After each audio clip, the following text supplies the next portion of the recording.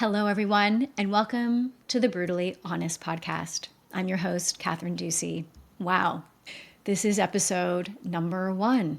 I will probably look back on this episode a few months from now, or a year from now, or 5 years from now, or a decade from now, and remember this moment and how I felt and what this was like for me, and also be looking at my progress, right? Whenever you start something new, there's often, a little bit of trepidation. I'm a little bit of a fish out of water. I'm in student mode again.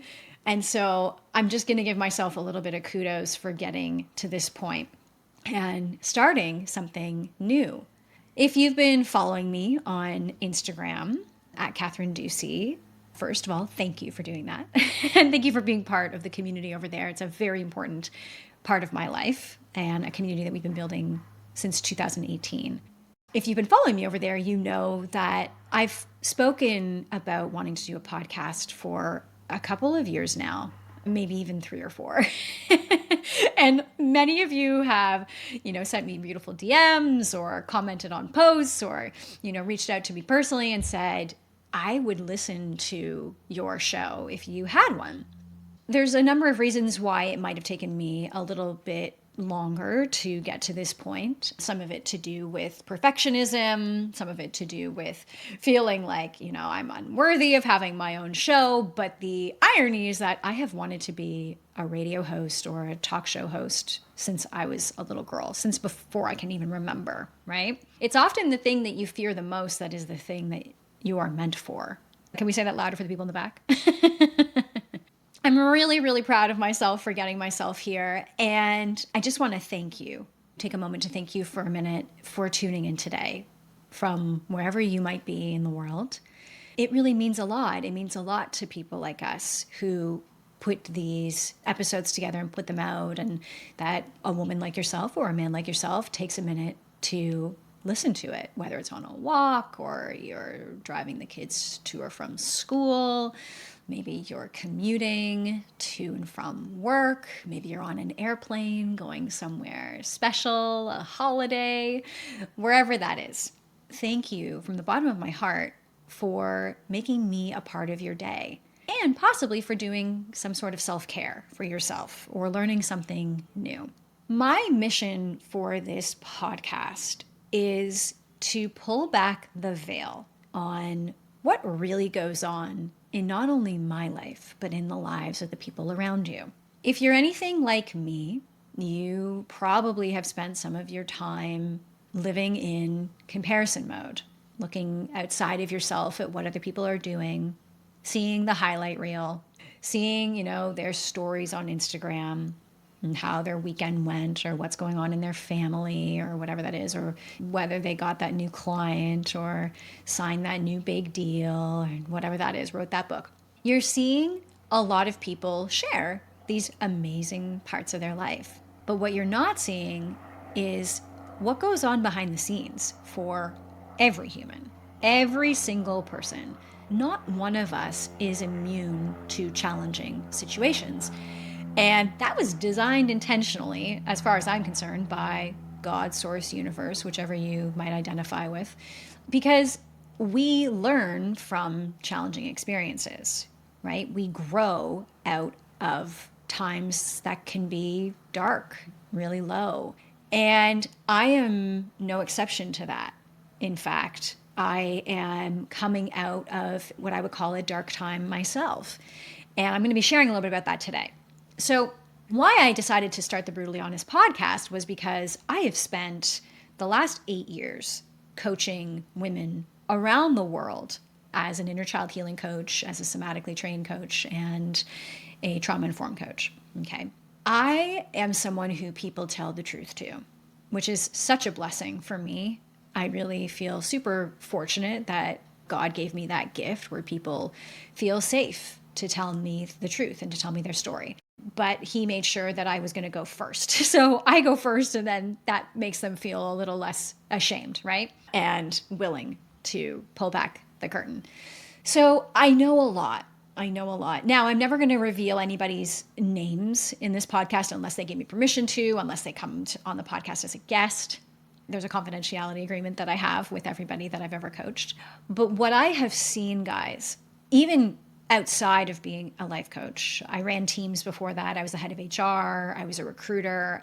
I was on sales teams and advertising before that. I've seen and heard a lot. And I've witnessed a lot of people's pain, a lot of people's shame, a lot of people's hurt. And I think that the best thing that we can do is tell the truth, be brutally honest, because then other people, first of all, take you off the pedestal. They're like, oh my God, she's just like me, right? And then they're probably more likely to take a look at whatever it is that's underneath the hurt, the pain, the shame. And they are probably also more likely to go for their big dreams because now they don't see themselves as, oh, I'm not enough, I'm broken, there's something wrong with me, there's something missing. They understand that none of that is true, that they were born whole, complete, and lovable. They were born enough, they were born ready, and that they can now go for the things that they really want to while also taking a look at what's underneath the hood and doing some repair, some deep healing, whatever you want to call it, right? Inner child healing. So I started this podcast because I was seeing a lot behind the scenes and it was only reaching all my one-on-one clients in our Zooms, right? My wisdom, my knowledge, what was coming out of those sessions was like, everybody needs to hear this. I couldn't hold on to it anymore. I couldn't keep this stuff to myself. I've run some amazing group programs also in my career. One of the most notable ones and ones that people know me for is called the Be Seen. I ran that program 5 times. And the whole purpose of that, those groups, each time we had about between 20 and 25 women, was to have women seeing into each other, right? Seeing their pain, experiencing their stories, witnessing their shame, seeing how we're all actually very similar, right? We're all dealing with a lot of the same stuff. That's not to diminish each other's journeys and stories and life experiences. Of course, we're all different, but we all are experiencing a lot of the same what they would call negative emotions: shame, guilt, self-hatred, self-loathing, all that good stuff, grief. And most of us were raised to fear those feelings, right? Fear is another one of the feelings that we are taught to fear, right? Fearing your fear. Oh, that's a doozy. And so these groups also were getting so much value. I was getting value from facilitating them, from seeing these women see each other and to start to realize, oh my God, there's nothing wrong with me. I am not broken. There's nothing missing. I'm just a spirit having a human experience, and it's supposed to be challenging. And, I grow from that and I'm not alone, right? So I was seeing all of this and I was like, holy geez, okay, we got to get this message. These messages need to reach people farther away. And so here I am. I'm doing this podcast now, right? And I feel incredibly grateful for the time that we live in, where I can sit in my bedroom on a laptop with very little overhead. I have got a Shure mic, Shure headphones on. I've got Wi-Fi, right? I've got the internet. And, I pay for a monthly subscription to Riverside, which is like $30 or something like that. And that I can press record and I can get this information and these insights packaged up into an episode, put onto Spotify, Apple, whatever it is, and people can access it all around the world. I mean, come on, does that not blow your mind a little bit? We're so fortunate. We're so fortunate, and some of us will take advantage of that, and some of us won't, and that's neither here nor there. That's neither good nor bad, right? Think about me. I've sat on this podcast idea for 4 years, right? So here I am. I'm taking advantage of what I have access to for very low cost, and I'm going to give it my all. And I'm willing to be a student. I'm willing to be starting new. I'm willing to be at the beginning. And every day, I'm just going to be tracking how much I've grown since the day before. I work with a wonderful mentor. Her name is Shoshana Raven. And if you don't know Shoshana, you can find her on Instagram. She's got an amazing, amazing platform. It probably is at Shoshana Raven or at Shoshana_Raven. And Shoshana introduced me to two wonderful people by the names of Dr. Ben Hardy and Dan Sullivan. Dan Sullivan is the founder of Strategic Coach, something that I've known about for a long time. And those two guys have written some terrific books. And one of the ones that right now we're reading in our home is The Gap and the Gain. Essentially, the premise is that people are either living from the gap or they're living from the gain. The gap being that you're measuring your success against the end goal. So, for instance, let's say I'm putting together this podcast, I dream of this podcast becoming my primary source of income. I dream of taking this podcast on the road, of having a live show, live recordings with women in the audience. I dream of this podcast someday becoming, a number one rated podcast, let's say on Apple in self-help. Now, if I were to look at where I am today, sitting in my bedroom, recording this, while my laptop is propped up on a bunch of books, if I'm going to be honest, with my dog sitting next to me, and I look cute, but this is very simple. I'm wearing what I would wear on a regular day. I drop the kids off to school looking like this, If I was to measure where I want to go against today, it would be extremely overwhelming. I'd probably consider that I'm going to fail, that this is not going to work, that I'd have to hustle, work really hard. I'm already behind. The other group of people live in what's called the gain. And the gain would be, I've got all these beautiful goals for this podcast and this platform and our community.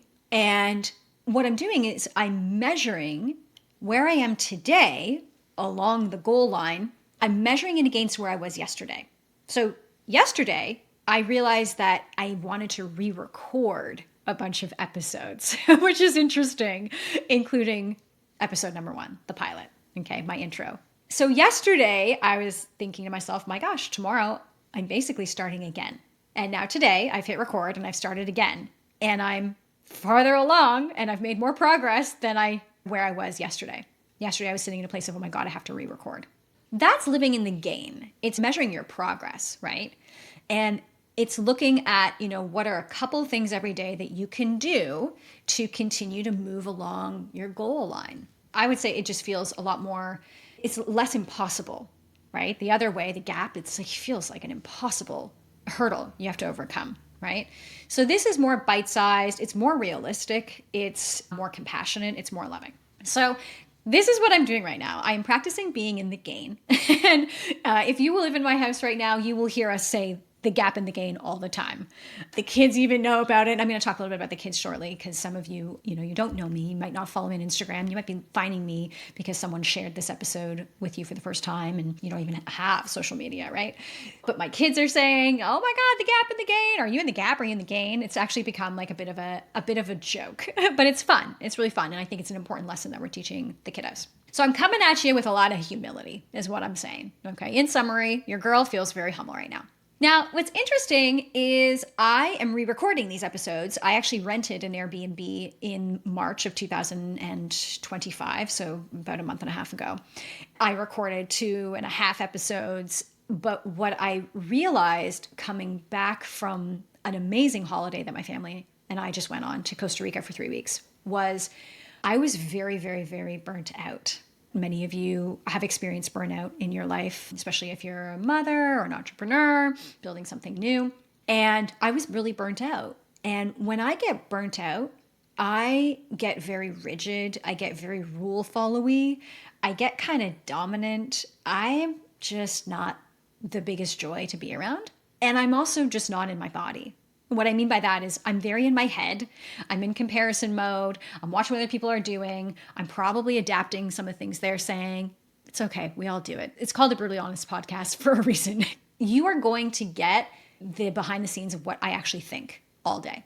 So yeah, I was definitely in comparison mode. I listened back to a couple of the episodes and was like, I don't know, not feeling it. So I have the luxury of re-recording right now. Okay. I have the luxury of re-recording. I am back from what was one of the most wonderful trips that I've ever taken, but also as a family, we've never done anything like that. 3 weeks in Nosara, Costa Rica, with basically no phones, okay? I probably spent about an hour a week on social. I was spending about 8 hours a day on socials. Okay.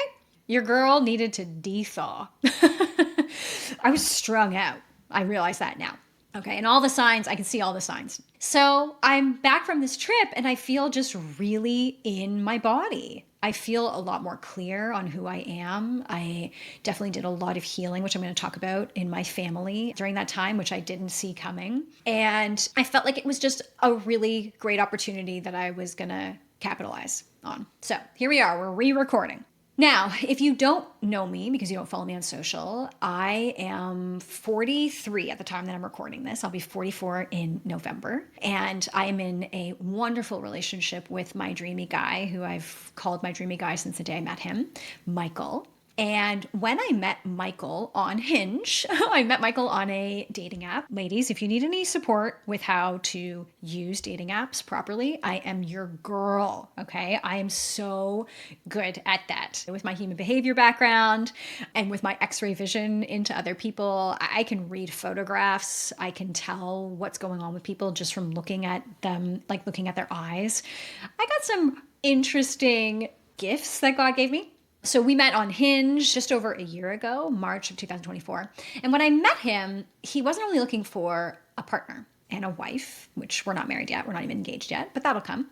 He was looking for someone to be a mom of his 2 girls, Vivian, 7, and Lauren, 10, because his wonderful wife had passed away the year before.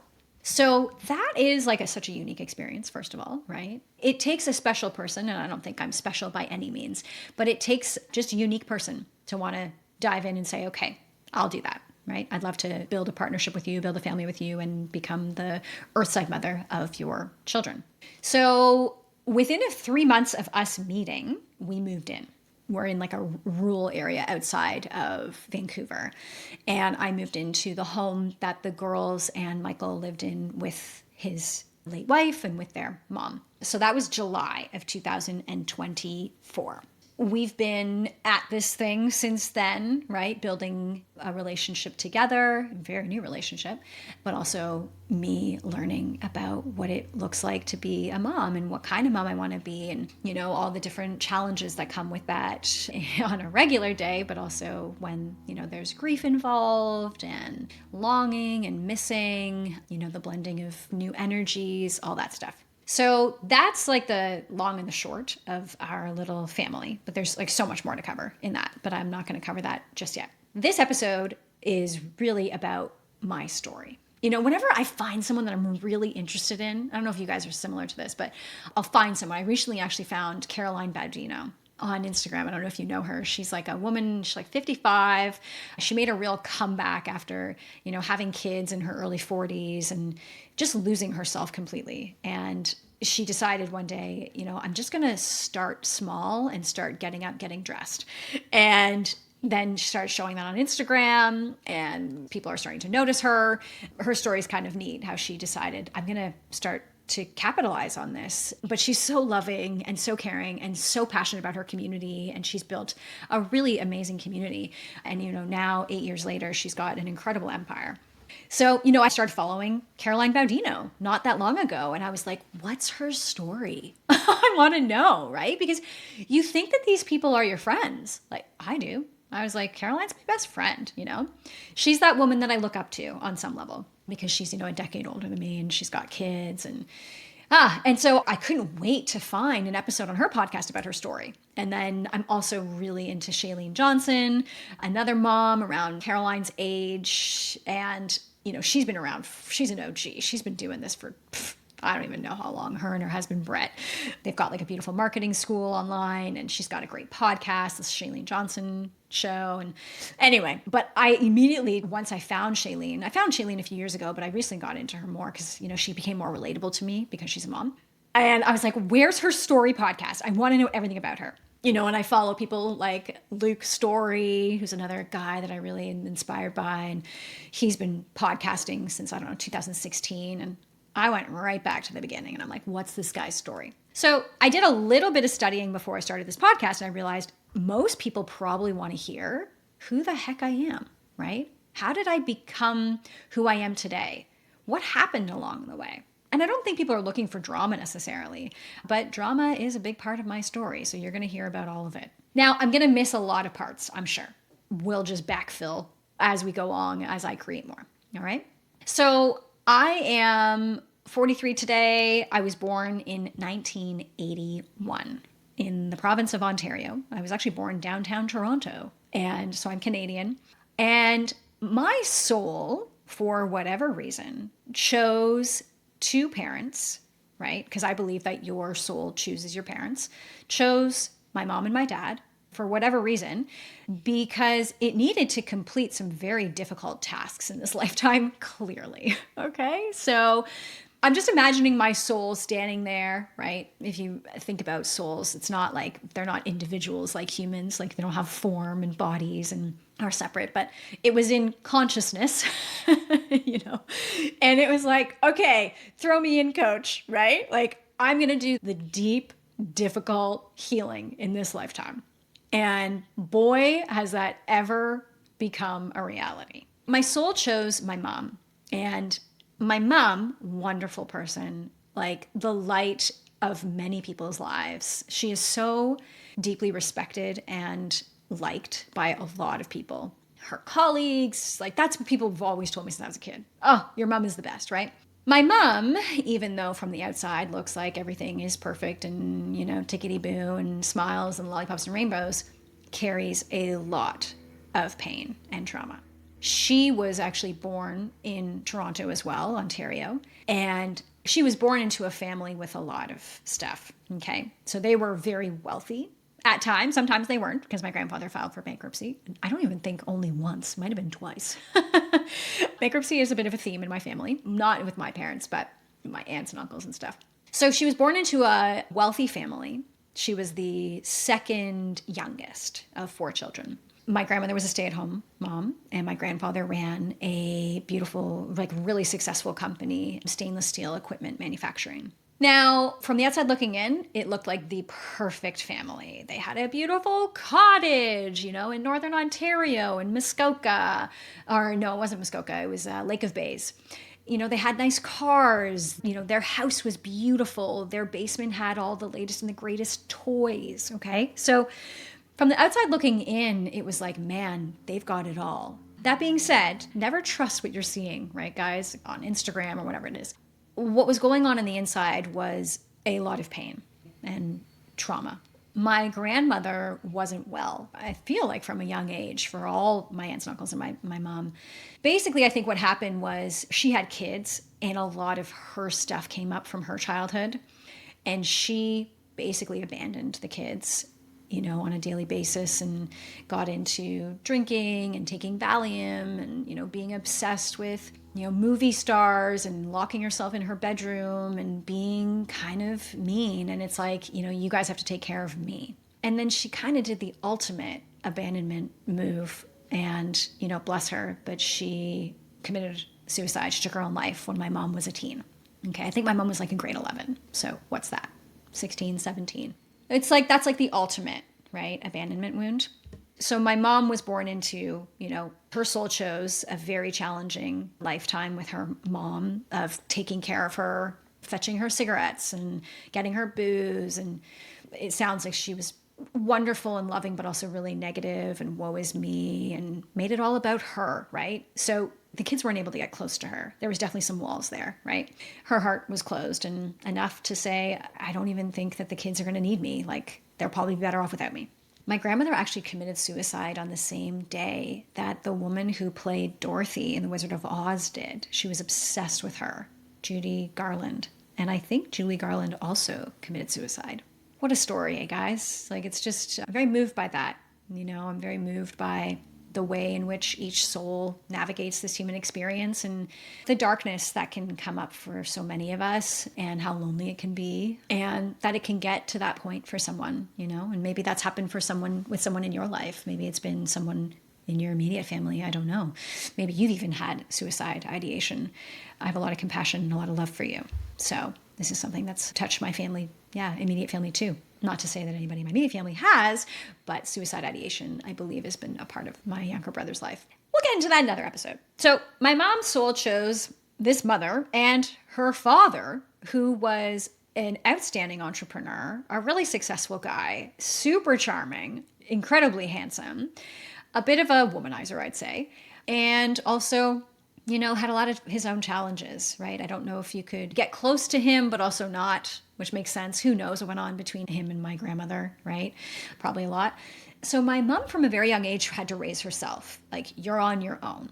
Okay. She realized at a young age she had to fight for her life and fend for herself. All right. Imagine that.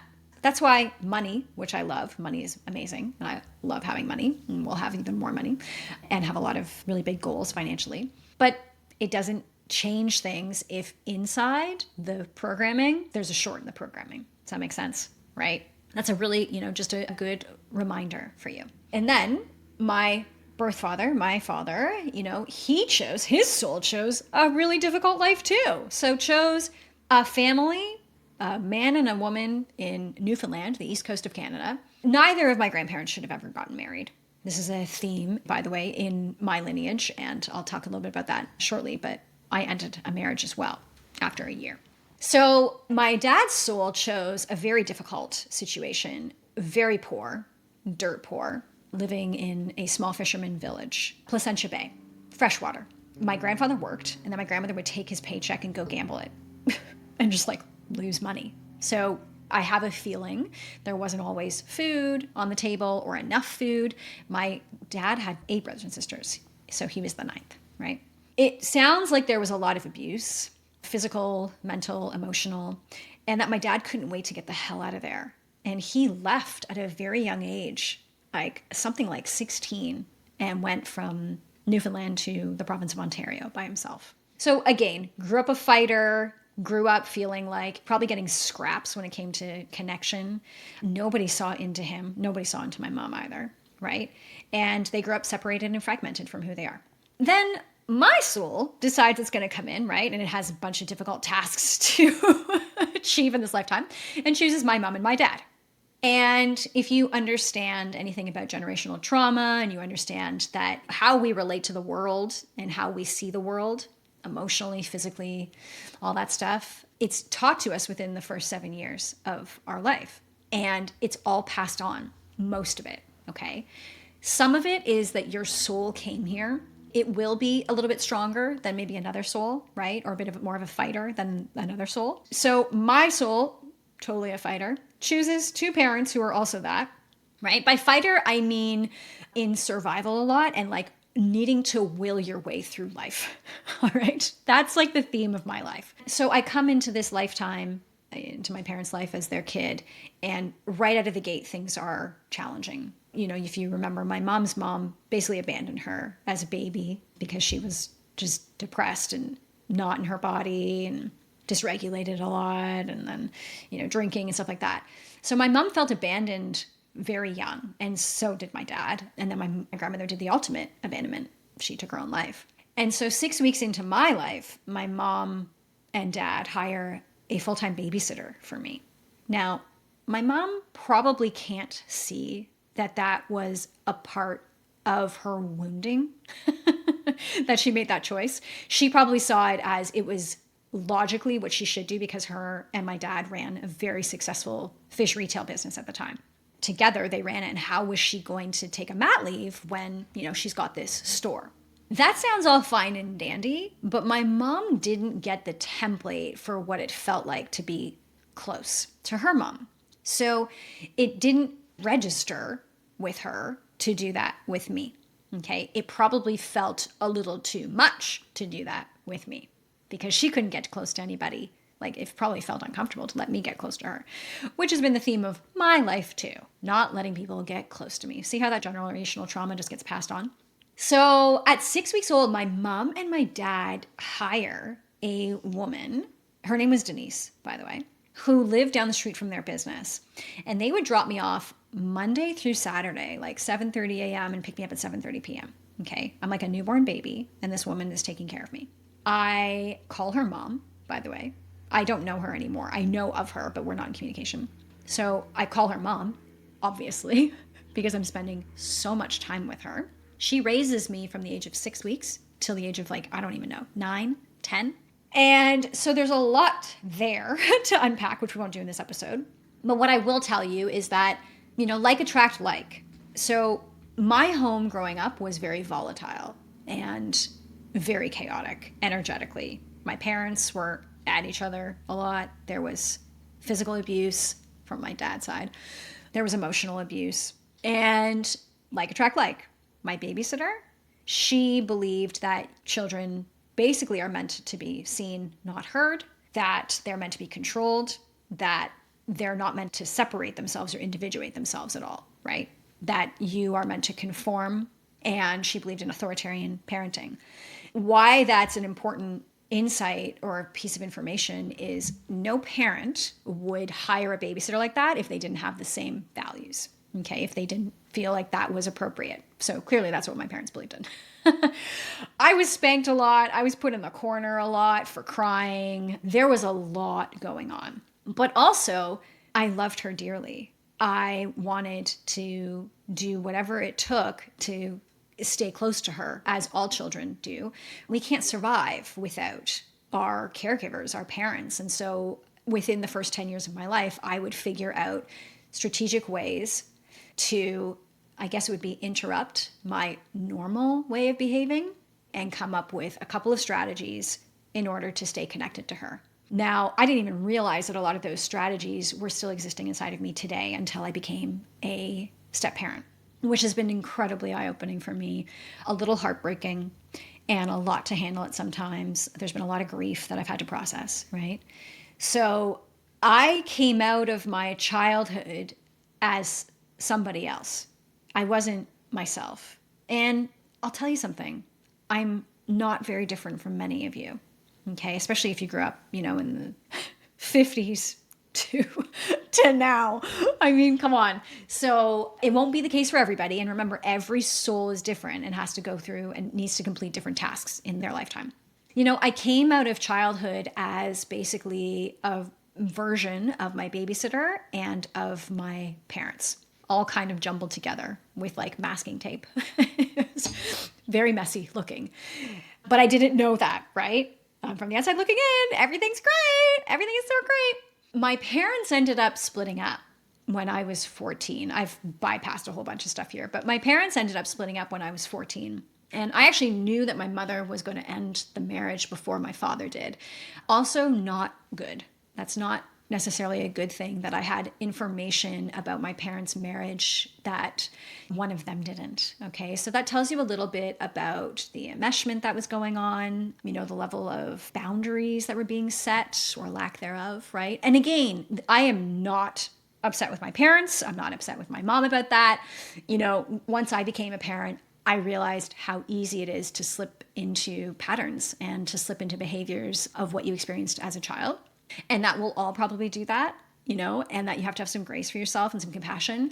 And you also have an opportunity to change your behavior.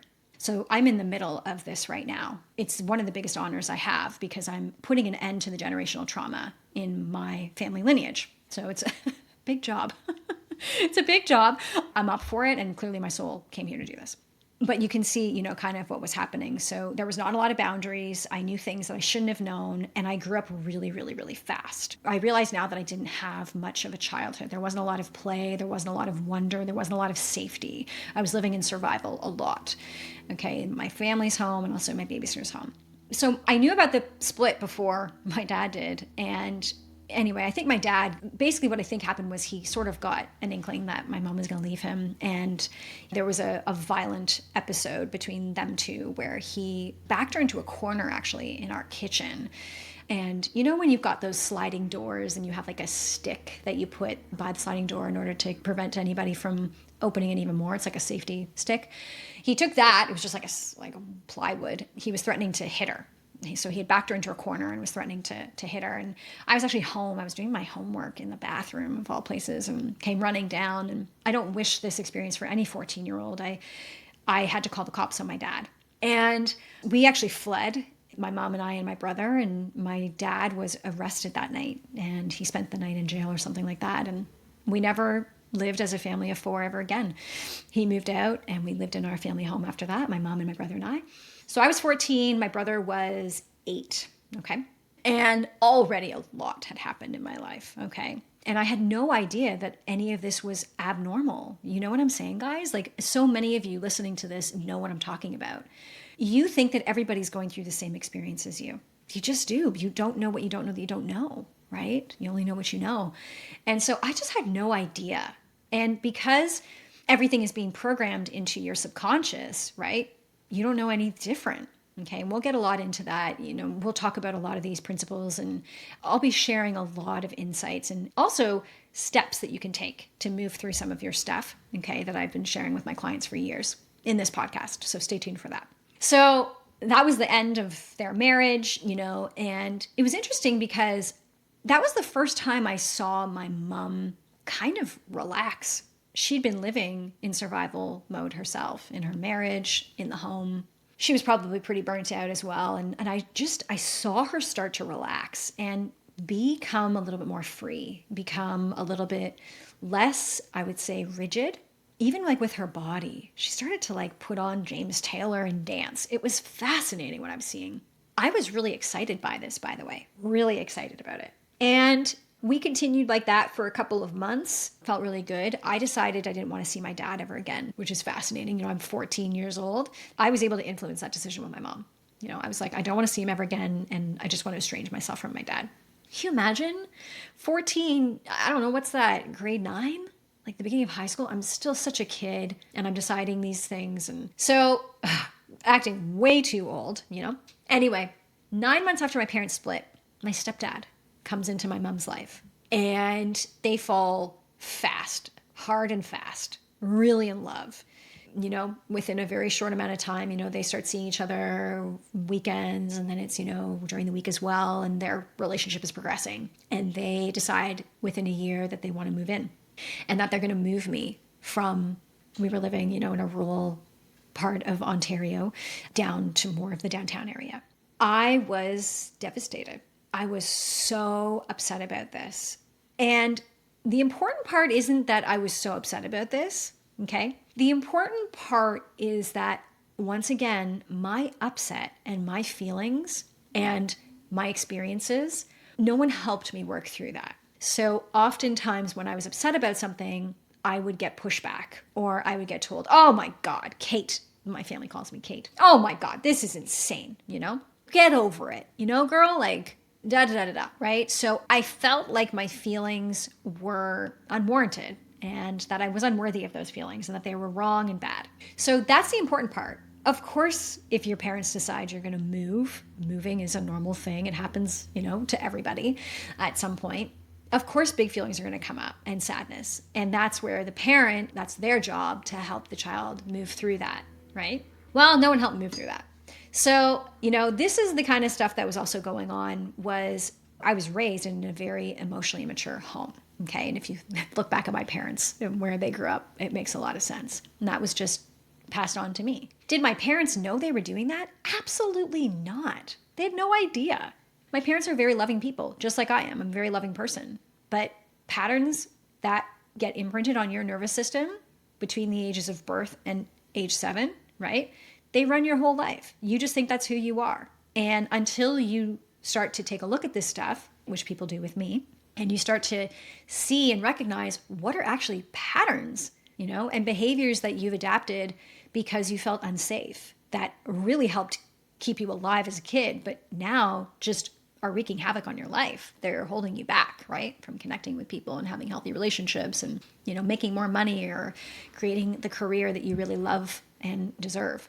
As you can see, from a very young age, I didn't get a lot of great teaching or mentorship or role modeling when it came to managing my internal world. And as human beings, we're not only mental, we're emotional, we're spiritual, we're physical, right? You've got like your mind, but you've also got your emotional body and your energetic body, okay? And those are very, very, very important pieces to the puzzle that most of us avoid. And most of the psychology or psychologists or whomever, actually, none of us went to therapy or psychologists, but that most of us people went to, weren't focusing so much on the body. They were just focusing on the mind, right? Changing your thoughts is important. Trust me. I see that every day with my clients. Your beliefs shape your reality, but also so does your body.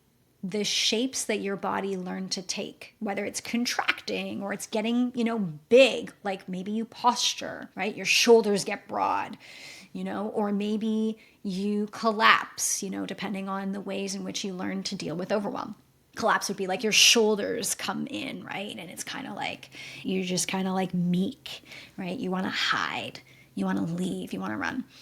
So, I had no idea that all of this was happening for me. And I learned that decades later. So my mom and my stepdad move in together. And pretty much out of the gate, my stepdad decided that he was not going to be really a present parent for my brother and I, my younger brother and I. He also had a child who is my stepbrother. There was sort of like this unsaid agreement that he would raise his kid and my mom would raise us, but we were all going to be living in the same home. That's kind of interesting. Because as a full-time step parent living in a home with, my partner's kids, I can't imagine deciding that I wouldn't raise them. It's kind of unimaginable because the kids come to you because they need adults, right? So they're naturally going to go to the adults in the home. That alone, and then you have to make choices and decisions to disregard it, to close your heart, to walk away, to make yourself unavailable, right? To not help. Now, this is not me being mad or beating up, my stepdad. Not at all. I have a lot of love for him, and I see how this also started for him. His father died when he was 2. My stepdad grew up very, very quickly and became the man of the house at a very young age. Lived in a lot of scarcity. He also grew up poor, There's so many overlaps. Like attract like. He had an abandonment wound for sure. Or just like feeling like, he wasn't like the other boys who had dads. That's a pretty serious one. That hurts. That really does hurt. So here we are, like a trail of trauma, and everybody's imprinting that on Kathryn. And I'm just taking it because I don't know any better. And I have no boundaries as a kid because you don't. And you just trust everybody, and you trust what they say about you and what they say about the world and what they say about themselves, and you mimic and mirror that. And then you become basically a mini-me of them. So we all move in. I don't have a relationship with my stepdad really. It's very surface level. I've estranged myself from my father. And a few key events that happen after that is at the age of 18, my dad gets in touch with me and he tells me that he's dying. They found a lump underneath his arm, and he doesn't have a lot of time to live. Actually, this coming June, I don't even know. Could be, I was 18 when he died, and I'm 43. So yeah, it's like over 20 years now since my dad passed away. And so he gets in touch with me, and he tells me that he's dying. My brother still had a relationship with him. I'd seen him a couple of times. And so, okay, here we go. I'm going to go and I'm going to see him. And I did, and I don't remember like a lot about these encounters with my dad. I remember the last encounter for sure, but I don't really remember him. I don't remember a lot about what it was like. I just remember not wanting to be around him. He was a very, very hurt person, very hurt, very rigid, very controlling. He also believed that children were meant to be seen and not heard, that they were, a nuisance and inconvenience. He believed that, you are in authoritarian parenting. It sucked for me. It really did. For whatever reason, though, my soul chose that. So, I go see him. He's looking not so great for sure because he's got pretty progressive stage 4 cancer. And the last time I saw my dad was in a hospice. They knew that he was meant to pass away. It was almost like, oh my gosh, he's holding on, and we're very intrigued by this. And so the hospice called my mom, and they asked if I would come in and visit. And my mom asked me if I'd be interested, and I said, yes, okay, I'll go. And I took my best friend, Natalie, at the time, and we pull up to this hospice. I'm 18, I'm kind of edgy and cute and cool, but also disconnected and very emotionally shut off in my life. And I had been for years and didn't even realize that. I remember my best friend, she decided she was going to wait outside of his door because it was a little too personal for her. And I went up into the room and I decided, okay, I'm going to go up to this next to his bed. And guys, what I do remember was holding back, wanting to connect with him. I didn't want to hold him, touch him. I didn't want to look at him. I didn't want to cry around him. I was often punished for crying. Okay. that's kind of like what I remember of that moment. And I do remember saying to him, I don't really know why I'm here, but I forgive you. Like it was almost like a question. I forgive you. That night, I remember it was a Saturday. I was watching Saturday Night Live, so it would have been like 11:30 at night or something like that. The phone rang. My parents, my mom and my stepdad were in bed, and the portable phone rang. And I picked it up, and the woman on the other side said, your dad passed away. And so what we realized was my dad was sort of hanging on because he possibly was needing to have a completion conversation with me or whatever that is. And I'm glad that I did that. I'm glad that I went in and I did that, even though I didn't feel a darn bit of it. I can feel, but everything was just buried beneath these walls that I had. My feelings were way, way, way, way too scary for me. I'm really now accessing like even more as a mom because a lot of the feelings that I have never had access to are coming back online now that I have kids. And that can be a very beautiful experience and a very painful experience, which I'll share more in another episode. So my dad dies. I'm 18 and it is what it is at that point. I didn't end up processing that for, I don't know, another 15 years. And at this point, I'm also having conversations with my mom and my stepdad about going to university. Now, the interesting thing is that my mom dropped out of school in grade 11 because her mom committed suicide. My grandfather said, okay, well, you got to take care of your younger siblings, your younger brother, John. And she didn't really have a choice. And then also work in the family business. My birth father failed grade 9 a couple of times and then dropped out. Okay. So it's not because we're not meant for school. And I have a lot of different thoughts about school as well, so which I'll get into in other episodes. But it was more so because both my parents struggled with self-worth, struggled with probably focusing. They had a lot of issues, you know, they were always dysregulated. Okay. A lot of negative stories about themselves. So anything where you were furthering yourself, building, you know, where there was other people involved who might be progressing at a different stage than you, maybe ahead of you, it was just too much for both my parents. They both quit school. So my stepdad actually did not quit school. He went on to go to university in California, you know, so we're from Canada, but he went to university in the US and is a very bright guy, just like all of us, but for whatever reason, didn't have any stories about school. But my mom did for sure. And when I went to her and said, hey, I want to go to university, like everybody did, and all my friends were going, I got a lot of funny looks.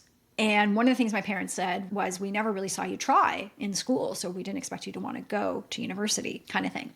Now, I am going to make an assumption and a little bit of an assessment here, now that I'm a new mother. What I see happening with me, which is kind of hard to share and a little bit hard to admit, is now what I understand my mom dealt with and what a lot of moms deal with who, you know, weren't able to connect with one or both of their parents and often felt alone, isolated, abandoned, rejected. You kind of want to make your children pay a little bit for what you went through. You kind of want them to suffer a bit, right? And you will sabotage the relationship between you and your child because you don't think that you deserve to have that because you didn't have that with your parents. What I think kind of happened was my mom obviously knew that university was a thing. She's not dumb. She's very wise. But it felt almost like, if I didn't get to have that, I don't want her to have that. Now, that would be a very unconscious thing for my mom. If she listens to this, I bet you she's going to say, honey, that's insane. I never thought that. And that's okay, Mom. I love you. I get it.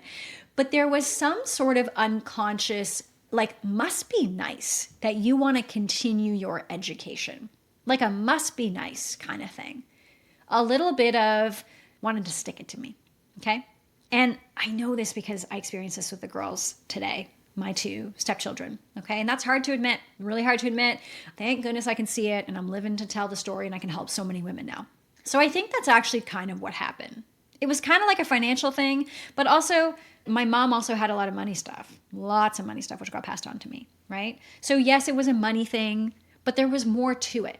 She sabotaged my opportunity to go to university and to support me by not saving, by not putting aside money, by overspending, you know, all that silly stuff we do that makes us so human.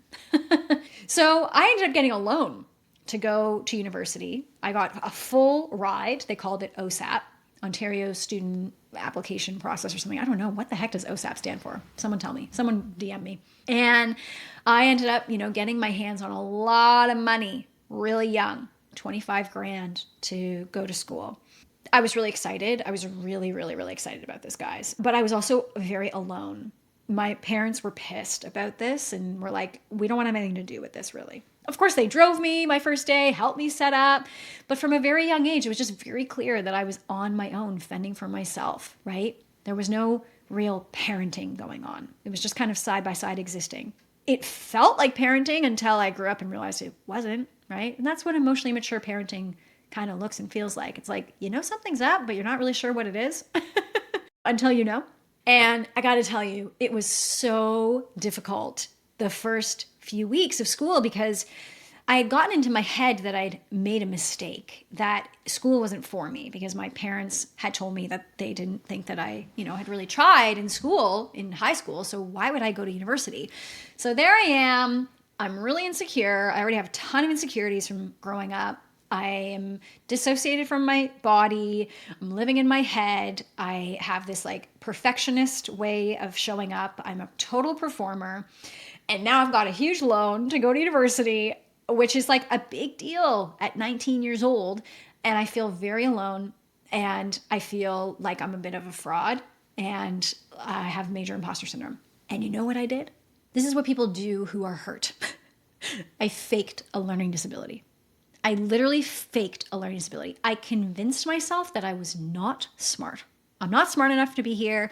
I can't take notes. I can't study. I can't do this. I can't do that. Like I totally faked it. I convinced myself that I did. And I ended up getting a bursary to get tested for this learning disability because I had financial support going to school so I could get this bursary. It was like a $2,000 test. And guys, like I cheated on this test. Okay. This is how much pain I was in. I cheated on the test. I botched it. I pretended like I didn't know math and all this stuff. And part of it was I was really overwhelmed and I couldn't focus for sure, but I knew what I was doing. And then I ended up getting diagnosed with a learning disability. And then I got to write my exams in separate rooms. I got note takers. I got extra time on papers and all this kind of stuff. And again, hurt people do seriously interesting things. I ended up cheating on all my tests. I brought my notes into every single room that I wrote my exams in and would like tuck them underneath my shirt in my pants and pull it out and cheat. And guys, I am a very, very intelligent, bright, smart person. But damn, my soul chose to do some difficult work in this lifetime. Looking back, I mean, I would have aced school. I had had the love and the support that is needed, right? And the proper connection and role modeling and parenting. And listen, if my parents are listening to this is not like a jab, like at all. But that is the truth. And I'm glad that I know that now because I did carry a story that I'm not smart for decades. And I wore that like a badge of honor. And I hid behind that label that I'd given myself. And I diminished myself around others. And I would become like the support staff all the time, always trying to make my friends look great and supporting them and just holding myself back. And it confused a lot of people because people would look at me and they're like, you're so brilliant and amazing and someone we want to promote or, all this stuff. And I was like, I would just sabotage everything. So, coming out of university was really, really interesting because I'd been diagnosed with a learning disability. I had a lot of stress. I was cheating. I was also stealing. I would go and steal with a friend of mine. Would steal clothes. My roommate at the time, who I still know, both of us grew up with a lot of stuff. Now, I will also share one last detail and then I'll do a 2.0 of my story. I met somebody amazing. People are probably going to want to know about relationships because we always do. I met an amazing guy who I went to high school with. His name was Ken. And I met him once he had left high school, I think. Maybe I was in my final year or grade 12 and he had already moved on to university. I met him through some friends and it was funny. We went to high school together, but I didn't really know him. I knew his siblings and we fell for each other like really hard. And he was such an amazing, and still is such an amazing guy. People would look at me and think how fortunate I am to be with him. And people would look at him and think the same thing, I'm sure. We had a terrific relationship. We would travel together. We went to Europe together. We went to Southeast Asia together. And I really liked Ken, and Ken really liked me. He was such a sweet guy. He did such sweet things for me. we moved into his parents' house. They had a duplex and we had our own, our own level. And that was pretty cool, being in our early 20s. And, when I was at university and he was at his university, we would go see each other on weekends. It was awesome. I felt so fortunate to have something like that because a lot of my friends, didn't and were longing for that or were going through breakups. And I was this like lifer, we were together for 5 or some odd years. But what ended up happening, and, it took me kind of until recently to realize this, was because I couldn't get close to my mom or my dad growing up, right? That closeness was never templated on my nervous system. I didn't want anybody to get close to me ever.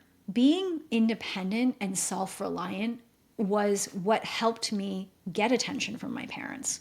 If I was a good girl, if I followed all the rules, if I took care of the house, cleaned the space, could get myself to and from things and take care of myself, my parents showed me attention.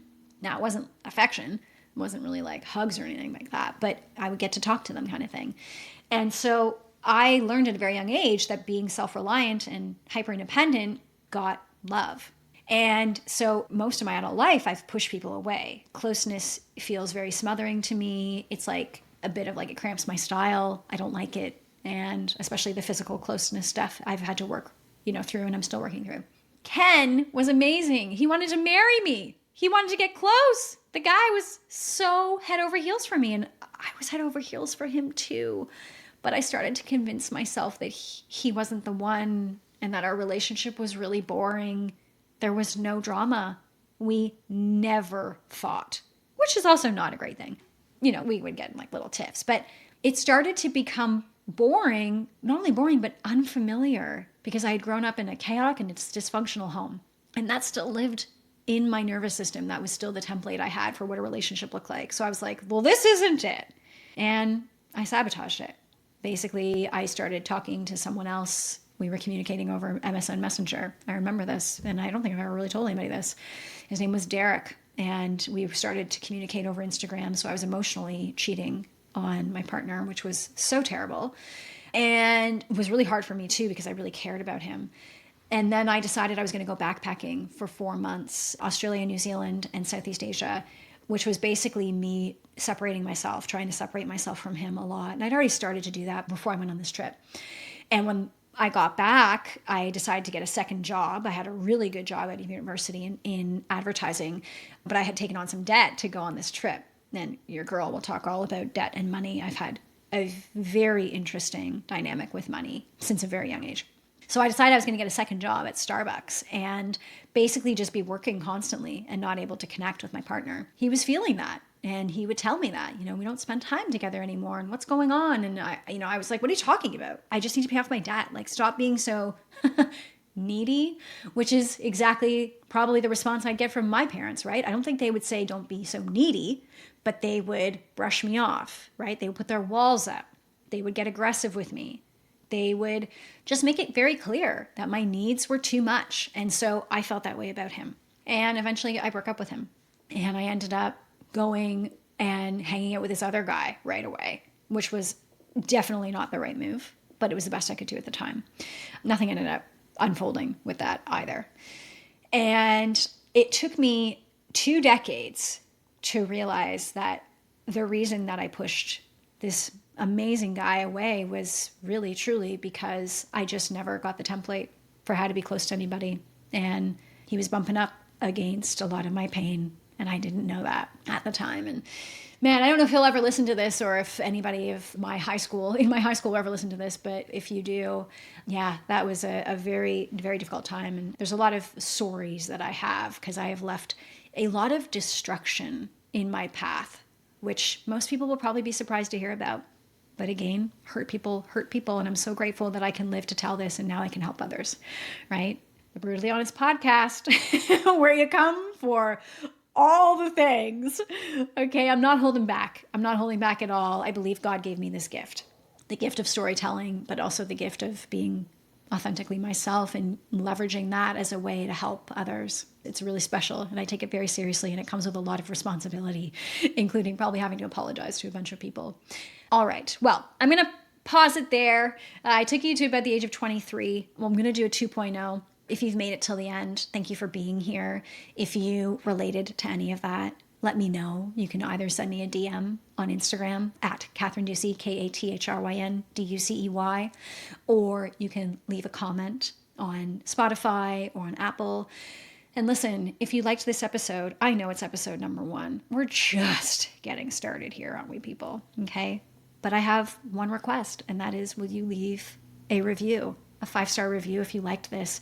That helps us so much. We create this content for free, which is something that I'm doing because it feels really aligned.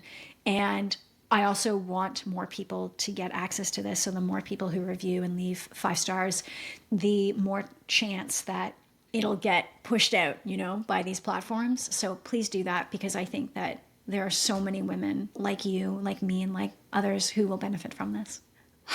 I love you. Thank you. I hope you have a wonderful day or evening wherever you are, and I will see you soon.